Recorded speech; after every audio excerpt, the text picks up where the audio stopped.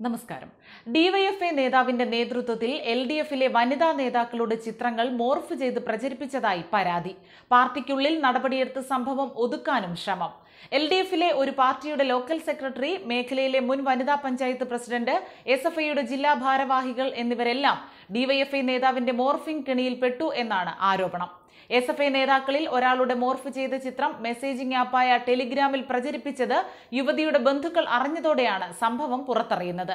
ഇവർ പാർട്ടി നേതൃത്വത്തെ അറിയിച്ചെങ്കിലും ഡിവൈഎഫ്ഐ നേതാവിനെതിരെ പരാതി നൽകാതെ ഒതുക്കി തീർക്കാനായിരുന്നു നേതൃത്വത്തിന്റെ നീക്കം.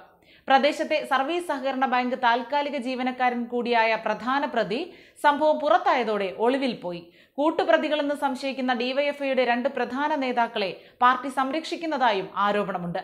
സിപിഎമ്മിന്റെയും പോഷക സംഘടനകളുടെയും വനിതാ നേതാക്കൾ മാത്രമാണ് ഇവരുടെ ഇരയെന്ന് കരുതിയിരിക്കുമ്പോഴാണ് മുന്നണിയിലെ തന്നെ മറ്റൊരു പാർട്ടിയിലെ വനിതാ നേതാവിന്റെ മോർഫ് ചെയ്ത ചിത്രവും പുറത്തുവന്നത്. ഇവർ റൂറൽ എസ്പിക്ക് പരാതി നൽകി 2 ദിവസമായിട്ടും പോലീസ് അന്വേഷണം എങ്ങും എത്തിയിട്ടില്ല. പരാതി ലഭിച്ചു എന്ന കാര്യം പോലും പോലീസ് ആദ്യം മറച്ചുവെച്ചു. ഇതിനിടെ എസ്എഫ്ഐ വനിതാ നേതാക്കൾ സിപിഎം ജില്ലാ സെക്രട്ടറിക്ക് പരാതി നൽകിയതിന്റെ അടിസ്ഥാനത്തിൽ പ്രതി പ്രവർത്തിക്കുന്ന ബ്രാഞ്ച് കമ്മിറ്റിയിൽ നിന്ന് പുറത്താക്കിയതായി അറിയിപ്പ് വന്നിട്ടുണ്ട്. അപ്പോഴും ഡിവൈഎഫ്ഐയിലെ പ്രധാന ഭാരവാഹിയായ ഇയാൾക്കെതിരെയും കൂട്ടുപ്രതികൾക്കെതിരെയും നേതൃത്വം നടപടിയെടുത്തിട്ടില്ല. തന്റെ ചിത്രം മോർഫ് ചെയ്ത് സമൂഹ മാധ്യമത്തിലൂടെ പ്രചരിപ്പിച്ച സംഭവത്തിൽ റൂറൽ എസ്പിക്ക് പരാതി നൽകിയപ്പോൾ തെളിവ് കൂടി ഹാജരാക്കണമെന്നായിരുന്നു ഒരു വനിതാ നേതാവിനോടുള്ള പോലീസിന്റെ ആവശ്യം.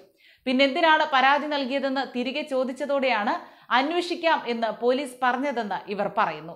അതേസമയം സിപിഎം പ്രവർത്തകയുടെ പേരിൽ വ്യാജ ഇൻസ്റ്റാഗ്രാം അക്കൗണ്ട് നിർമ്മിച്ച് അശ്ലീല പരാമർശങ്ങൾ നടത്തിയ ഡിവൈഎഫ്ഐ നേതാവിനെതിരെ നടപടിയെടുക്കാൻ ജില്ലാ പോലീസ് മേധാവിക്ക് മനുഷ്യാവകാശ കമ്മീഷൻ നിർദ്ദേശം നൽകി. കുമളി സ്വദേശിയായ ഡിവൈഎഫ്ഐ നേതാവിനെതിരെ സിപിഎം പ്രവർത്തകയുടെ ഭർത്താവ് നൽകിയ പരാതിയിലാണ് നടപടി.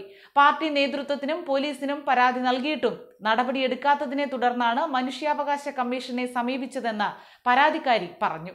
2 ആഴ്ചയ്ക്കകം നടപടിയെടുക്കാനാണ് മനുഷ്യാവകാശ കമ്മീഷന്റെ ഉത്തരവ്. സംഭവത്തിൽ പോലീസിന്റെ ഭാഗത്ത് ഉദാസീനതയുണ്ടായതായി കമ്മീഷൻ അംഗം വി.കെ. ബീനാകുമാരി കണ്ടെത്തി. ആരോപണ വിധേയനായ വ്യക്തി മോശമായി ചാറ്റ് ചെയ്യുന്നതായി പാർട്ടി പ്രവർത്തകരായ ചില സ്ത്രീകൾ പരാതിക്കാരിയെ അറിയിച്ചിരുന്നു. തുടർന്ന് ഇവർ ഇയാൾക്കെതിരെ സിപിഎം നേതാക്കൾക്ക് പരാതി നൽകി. ഇതിന്റെ വൈരാഗ്യത്തിലാണ് ഡിവൈഎഫ്ഐ നേതാവ് വ്യാജ ഇൻസ്റ്റാഗ്രാം ഐഡി നിർമ്മിച്ച് അശ്ലീല പരാമർശങ്ങൾ പ്രചരിപ്പിച്ചതെന്ന് പരാതിക്കാരി പറയുന്നു.